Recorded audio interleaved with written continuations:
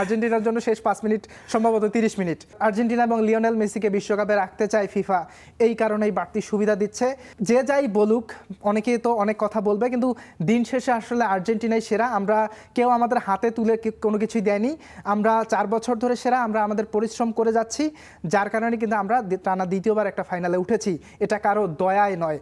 দেলা ফুয়েন্দের ভেতরেও হয়তো বা এই ভয়টা কাজ করছে কিনা, যে খুবই স্বাভাবিক একটা ভয় যে কাজ করছে কিনা, যে রেফারি পক্ষে থাকবেন কিনা বা কোনোভাবে পক্ষপাতিত্ব করবেন কিনা।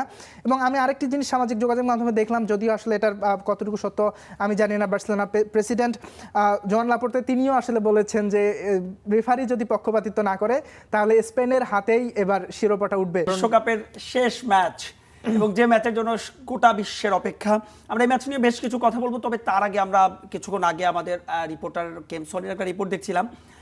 কানাডাতে জানেন যে দাবানন, সে দাবাননের ধোঁয়া কিন্তু একেবারে নিউ ইয়র্ক, নিউ জার্সি পর্যন্ত পৌঁছে গেছে। আবহাওয়াবিদরাও বারবার শঙ্কার কথা বলছিলেন।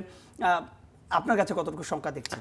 শঙ্কা থাকতে পারে, যদিও বৃষ্টি হয়েছে এবং এখন পর্যন্ত মনে হচ্ছে না এর কারণে ম্যাচ না গড়ানোর কোনো সুযোগ বা সম্ভাবনা তৈরি হবে। এখন পর্যন্ত সেরকম কোনো পরিস্থিতি তৈরি হয়েছে বলে মনে হচ্ছে না। এবার যদি বিশ্বকাপের ম্যাচের কথা বলি, ফিনালে সিমিয়া যেটা কিনা বাতিল হয়ে গিয়েছে, সেই ফিনালে সিমিয়া বোধহয় ভিন্ন রূপে ফিরে এসেছে। বিশ্বকাপে ভিন্ন রূপে ফিরে এসেছে। ফ্রান্স পুরো বিশ্বকাপে মোটে একটা গোল হজম করেছে, সেটাও বেলজিয়ামের বিপক্ষে, স্পেন দুঃখিত, একটা গোল মাত্র হজম করেছে। অন্যদিকে আর্জেন্টিনার সবশেষ 5 ম্যাচে তারা 7টা গোল হজম করেছে। জর্ডানের বিপক্ষে 1 গোল, 2 গোল করেছে, কাবো ভার্দের বিপক্ষে 2 গোল হজম করেছে, মিশরের বিপক্ষে 1 গোল হজম করেছে, সুইজারল্যান্ডের বিপক্ষে এবং 1 গোল হজম করেছে ইংল্যান্ডের বিপক্ষে। এই কথাটাই আসলে আমি গতকালকেও বলেছিলাম যে এই স্পেনের বিপক্ষে আসলে গোল করা যায় না, এবং সেখানে কিন্তু আর্জেন্টিনার বিপক্ষে কিন্তু গোল করা যায়। এই 7টা গোল হজম করা কিন্তু একটা বড় সংখ্যা। কিন্তু এখানে সব থেকে বড় যে ব্যাপারটা সেটা হচ্ছে যে আর্জেন্টিনা 70 মিনিটের পর এখন পর্যন্ত বিশ্বকাপে 11টা গোল করেছে। অর্থাৎ এই কথাটাও আমি বলেছিলাম যে আর্জেন্টিনার জন্য 90 মিনিট কিন্তু অনেক লম্বা।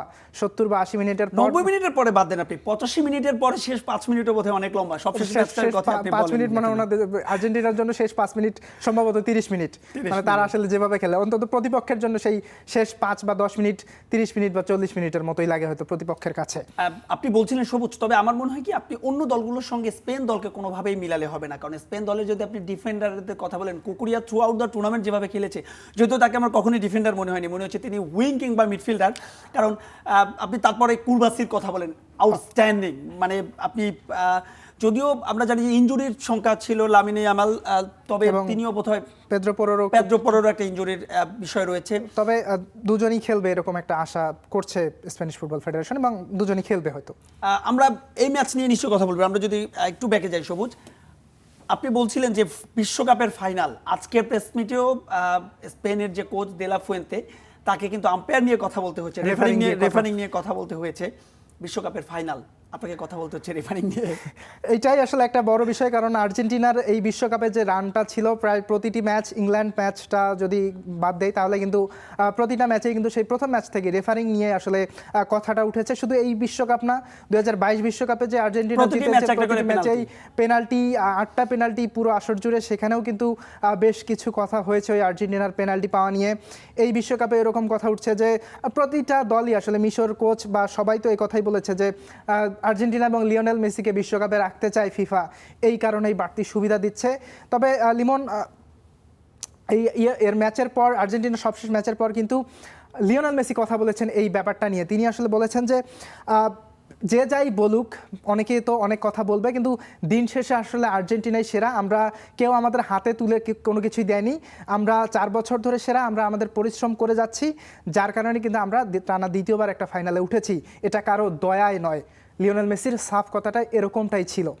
অর্থাৎ বোঝাই যাচ্ছে যে যে অভিযোগগুলো উঠছে এগুলো কিন্তু তাদের কান পর্যন্ত যায়। লিওনেল স্ক্যালোনিও তিনিও ম্যাচের আগে কথা বলছিলেন, এবং তিনি কিন্তু মেজাজও হারিয়েছিলেন। মানে আমরা সবসময় লিওনেল স্ক্যালোনিকে যেভাবে চিনি, একটু চুপচাপ থাকেন, খুব একটা সেলিব্রেশন করেন না, তিনিও কিন্তু প্রেস মিটে মেজাজ হারিয়েছিলেন।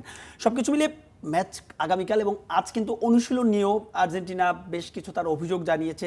সবকিছু মিলিয়ে আপনার কাছে কি মনে হয় যে আসলে মূল লড়াইটা কি হবে মিডফিল্ডে? কারণ আমরা যদি স্পেনের মিডফিল্ড দেখি, আর্জেন্টিনার মিডফিল্ড তো এবারের আসরের, আমরা বলছি না অন্যতম সেরা, তবে শেষ ম্যাচগুলোতে তাদের এবং স্ক্যালোনি বিশেষ করে সুপার সাব লাউতারো মার্টিনেজ যেভাবে প্রতি ম্যাচে গোল করছেন, এনজো ফার্নান্দেজ গোল করছেন। এনজো ফার্নান্দেজ গোল করছে। এনজো ফার্নান্দেজ মানে তাদের প্ল্যানিংটা আপনি দেখেন, ইংল্যান্ডের বিপক্ষে তাদের কিন্তু বুঝতেই পারছিল যে যখন 70 মিনিটের পর হয়ে গেছে খুব একটা স্পেস দেবে না ইংল্যান্ড, সেক্ষেত্রে কিন্তু এনজো ফার্নান্দেজ শুধু এইটা না, আরও কিন্তু 3টা লং রেঞ্জের শট করেছিল।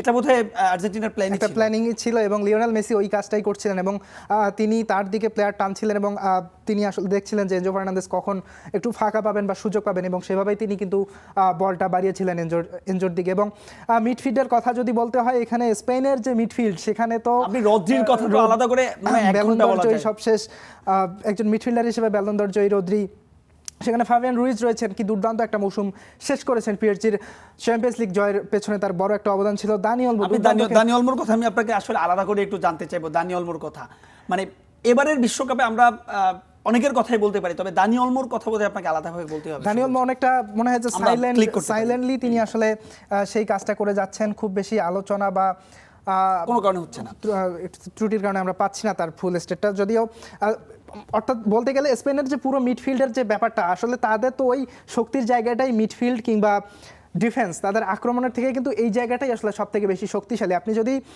আক্রমণের কথা বলেন, সেখানে আপনি অ্যালেক্স বায়ানা বা মিকেল ওরাইয়াসাবালের থেকে আপনি নিঃসন্দেহেই লিওনেল মেসি এবং হুলিয়ান আলভারেজকে এগিয়ে রাখতে হবে। যদিও এখানে লামিন ইয়ামালের ব্যাপারটা কিছুটা বড়, তবে আক্রমণের ক্ষেত্রে যদি আপনি বলেন সেক্ষেত্রে অবশ্যই স্পেনের থেকে আর্জেন্টিনা এগিয়ে থাকবে। কিন্তু আপনি যদি ডিফেন্স এবং মিডফিল্ডে আসেন, সেখানে অনেকটাই পিছিয়ে থাকবে, বিশেষ করে দুই ফুল ব্যাকে।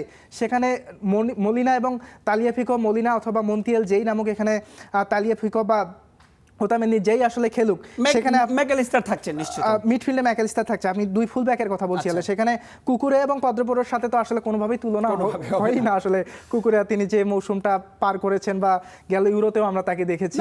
কুকুরিয়া সবশেষ চেলসির হয়ে বোধহয় খুব একটা কি পারফর্ম করতে পেরেছেন, চেলসির হয়ে খুব একটা করেনি, তবে আমরা ইউরোতে দেখেছি আসলে তিনি কি করতে পারেন। এবং তার সেই ইউরো জয়ের পর আর্লিং হাল্যান্ডকে নিয়ে তার গাওয়া গানটা, সেটাও বেশ সারা ফেলেছিল কিন্তু। এবং যদিও নেশনস লিগও কিন্তু তিনি দলকে ফাইনালে তুলেছেন, শেষ পর্যন্ত নেশনস লিগ জিততে পারেনি। সবুজ, আমি আসলে যখন এই ফাইনালের প্রিভিউ করবেন, আপনার পুরো প্রিভিউতে বোধহয় দুইজন ব্যক্তিকে আলাদা করে স্পটলাইট আনতে হবে। লামিনে ইয়ামাল যদিও এবার বিশ্বকাপের মধ্যে একটা গোল করেছেন, তবে ওই গোলের হিসেবে লামিনে ইয়ামালকে আপনাকে ওই নীতিতে মাপলে হবে না। লিওনেল মেসি 8টা গোল করেছেন, অল টাইম টপ স্কোরার, 21টা গোল বিশ্বকাপে। সবশেষ ম্যাচে একমাত্র তিনি গোল পাননি। সবকিছু মিলে এই দুজনকে আসলে কিভাবে ডিসক্রাইব করবেন? তার আগেও একটি ম্যাচে লিওনেল মেসি গোল পাননি, তবে গোল না পেলেও তিনি অ্যাসিস্ট করছেন ম্যাচে, জোড়া অ্যাসিস্ট করেছেন। এবং লামিনে ইয়ামালও গোল পাচ্ছেন না, তবে তিনি ম্যাচে যেভাবে ইম্প্যাক্ট রাখছেন, যার কারণে তার ম্যাচ শেষে তার হাতেই কিন্তু ম্যান অফ দ্য ম্যাচের পুরস্কার উঠছে। এবং লিওনেল মেসি গোল না করলেও যে আর্জেন্টিনা গোল করে ম্যাচ জিততে পারে, সেটা আর্জেন্টিনা প্রমাণ করেছে। তবে লিওনেল মেসিকে ছাড়া কিন্তু এই আর্জেন্টিনা বেশ অসহায়, কারণ ওই যে ইংল্যান্ডের বিপক্ষে যে মুহূর্তে লিওনেল মেসি যেভাবে বল দুইটা বাড়িয়েছেন, সেখানে যদি লিওনেল মেসি না থাকতেন, আমার কিছুটা সন্দেহ আমি প্রকাশ করব যে এই আর্জেন্টিনা ম্যাচ বের করে নিয়ে আসতে পারতো কিনা। আমরা মাঠের ফুটবলের কথা বলছি, মাঠের বাইরে দুই দলের আপনি জানেন যে আর্জেন্টিনার যিনি কোচ স্কালোনি এবং দে লা ফুয়েন্তে, দুজনেই আসলে স্প্যানিশ। স্কালোনির পুরো পরিবার স্পেনে থাকেন এবং তিনিও কিন্তু বলছিলেন যে তিনিও আসলে কনফিউজড এই ম্যাচে তার পরিবার কোন দলকে সমর্থন করবে। বোধহয় আর্জেন্টিনাকেই সমর্থন করবে বলেছেন তিনি। মানে টেকনিক্যালি কি আসলে অনেকটা ম্যাচটা দুজনের উপর নির্ভর করবে। দুজনের একটা সবচেয়ে বড় সুবিধা কি সবুজ, আপনি দেখেন যখন দে লা ফুয়েন্তে তিনি কিন্তু এই স্পেন দলের বয়সভিত্তিক পর্যায়ে কোচ ছিলেন, তিনি আন্ডার-17, আন্ডার-19 দলের কোচ ছিলেন, অলিম্পিক দলের কোচ ছিলেন। সব কিছু মিলিয়ে দে লা ফুয়েন্তের এই দলের সবাই তরুণ, সবাই তার হাত ধরে বেড়ে উঠেছে। একমাত্র যদি আমরা কুকুরিয়াকে বাদ দিই, কুকুরিয়াও যদিও লামাসিয়ার তিনি ফুটবলার, এই কুকুরিয়া ছাড়া দলের সবার সঙ্গে কিন্তু দে লা ফুয়েন্তে এর আগে এইজ লেভেলে কাজ করেছেন। এটা তাকে একটা এক্সট্রা অ্যাডভান্টেজ দেবে কিনা। একই পাশাপাশি লিওনেল স্কেলেন যদি কথা বলি, তিনি যখন দায়িত্ব নিয়েছিলেন তখন কিন্তু তাকে নিয়ে অনেক আলোচনা, অনেক সমালোচনা হয়েছে যে কে ম্যারাডোনাও তাকে বলেছেন যে আর্জেন্টিনার ফুটবল ইতিহাসে সবচেয়ে বাজে সিদ্ধান্ত ছিল। তিনি সর্বপ্রথমে এসে তিনি লিওনেল মেসিকে ফেরালেন এবং দলটাকে তিনি একটা সুতোয় গাঁথলেন। দেখেন, আমি গতকাল পারদেসের একটা ইন্টারভিউ দেখছিলাম, পারদেস বলছে যে আমরা মেসিকে বলেছি তোমার জন্য আমরা শিরোপা জিতবো, তবে একটা শর্ত আছে, শিরোপা যদি আমরা জিততে পারি তাহলে তোমাকে আরো 2 বছর খেলতে হবে। বিপরীতে আমরা ক্রিস্টিয়ানো রোনালদোর যদি কথা বলি, ক্রিস্টিয়ানো রোনালদোর সতীর্থরা তাকিয়ে আছেন কখন ক্রিস্টিয়ানো রোনালদো অবসরে যাবেন। এটাই বোধহয় আর্জেন্টিনা এবং পর্তুগালের মধ্যে পার্থক্য। আপনার কাছে আসলে যে জিনিসটা জানতে চাওয়া, যে দু দলের ডাগআউটের দুই কোচ কতখানি আসলে এক্স ফ্যাক্টর ভূমিকা পালন তো তারা করছেনই, করবেনই, তারপর যদি একটু বিস্তারিত বলতে।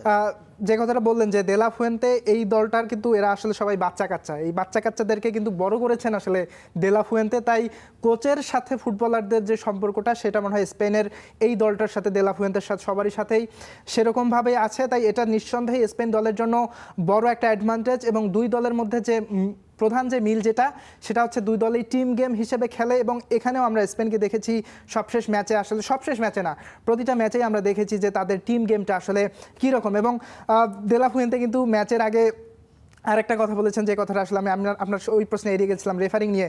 তিনি কিন্তু রেফারিং নিয়ে বেশ একটা সতর্ক বার্তাই আসলে দিয়েছেন যে রেফারি কোনোভাবেও যেন শিথিল হতে না পারে, অর্থাৎ দে লা ফুয়েন্তের ভেতরেও হয়তো বা এই ভয়টা কাজ করছে কিনা, যে খুবই স্বাভাবিক একটা ভয় যে কাজ করছে কিনা, যে রেফারি পক্ষে থাকবেন কিনা বা কোনোভাবে পক্ষপাতিত্ব করবেন কিনা। এবং আমি আরেকটি জিনিস সামাজিক যোগাযোগ মাধ্যমে দেখলাম, যদিও আসলে এটার কতটুকু সত্য আমি জানি না, বার্সেলোনা প্রেসিডেন্ট জোয়ান লাপোর্তে তিনিও আসলে বলেছেন যে রেফারি যদি পক্ষপাতিত্ব না করে তাহলে স্পেনের হাতেই এবার শিরোপাটা উঠবে। এটার যদি সত্যতা আমি জানি না এখন পর্যন্ত, শেষ পর্যন্ত। তাই নিঃসন্দেহেই আমার আলোচনার বিষয়টা যেটা ছিল যে এই দলটাকে দে লা ফুয়েন্তে যেভাবে তৈরি করেছেন, তিনি বয়সভিত্তিক দল থেকে যেভাবে উঠে এসেছেন, এটা নিশ্চয়ই একটা অ্যাডভান্টেজ থাকবে। এবং লিওনেল স্ক্যালোনি তিনিও কিন্তু তার কোচিং ক্যারিয়ারটা শুরু হয়েছিল এই দে লা ফুয়েন্তের হাত ধরে। তিনি গুরু শিষ্যের একটা লড়াই বলা যেতে পারে, যে স্ক্যালোনির গুরু হচ্ছেন দে লা ফুয়েন্তে। তো সেক্ষেত্রে হয়তো বা দে লা ফুয়েন্তের কিছু চিন্তা ভাবনাও হয়তো ওই লিওনেল স্ক্যালোনির মাথায় থাকবে কিনা, সেটাও হয়তো স্ক্যালোনির জন্য একটা বড় অ্যাডভান্টেজ। এবং আরেকটা কথা যেটা বলছিলেন যে দু দলের মধ্যেই মিল হচ্ছে ওই টিম গেম। এই আর্জেন্টিনা আসলে টিমের জন্য যেভাবে খেলে, এবং স্ক্যালোনিও এই কথাটাই বলেছিলেন যে আমার দলের ফুটবলাররা যখন জাতীয় দলের জার্সি গায়ে জড়ায় তাদের মধ্যে মাথায় ওই একটা জিনিসই কাজ করে, যে আমাদেরকে শেষ পর্যন্ত লড়তে হবে, নিজেদের সর্বোচ্চটা দিয়ে, একটুও কমতিটা রাখা যাবে না। ওই যে একটুও কমতি না রাখার বিষয়টা টিমের জন্য, আর্জেন্টিনার জন্য, দলের জন্য, লিওনেল মেসির জন্য, ঠিক এই মানসিকতাতেই তারা প্রতিটা ম্যাচেই কিন্তু বের হয়ে আসছে। নিশ্চয়ই আসলে বলছিলেন, আমার মনে হয় যে দু দলের খেলার যদি স্টাইলটা বলি, সবশেষ ম্যাচে ফ্রান্সের বিপক্ষে ফ্রান্স যেহেতু একটু স্পিডি ফুটবল খেলতো, একটু বোধহয় স্লো করে দিবে। এবং স্পেন যখন নিজেদের পায়ে, তারা তো আসলে চিকি রাখে খেলে, অনেকটা সময় বলটা নিজেদের পায়ে রাখে, এবং যখনই আসলে আপনার পায়ে অনেকটা সময় বল থাকবে, প্রতিপক্ষ কিন্তু কিছুটা হতাশ হয়ে যাবে বিশ্বকাপের ফাইনালে। ট্যাকটিক্সটা কি আসলে সেটাই হবে কিনা? স্পেন তো আসলে তিনি এই কথাটাই বলেছেন যে আমার দে লা ফুয়েন্তে এই কথাটাই বলেছেন, আমার যে পরিকল্পনা রয়েছে সেখান থেকে, সেই পরিকল্পনায় তিনি যেতে চান। এখান থেকে যদি তারকে বিচ্যুত হতে হয় তাহলে তিনি বিপদে পড়বেন, এই কথাটাই তিনি আসলে বলেছেন। এবং এই স্পেন আসলে কি করতে পারে সেটা আমরা ফ্রান্সের বিপক্ষে আমরা সেটা দেখেছি, যে ফরাসি যে এবার সবথেকে ভয়ঙ্কর ত্রয়ী ভাবা হচ্ছিল, ওসমান দেমবেলে, কিলিয়ান এমবাপ্পে, ওলিসে, সেখানে এরপরে যখন দেহিরে দুয়ে নামেন, সেখানে বারকোলা নামেন, এবং দুর্দান্ত একটা অ্যাটাক তাদের।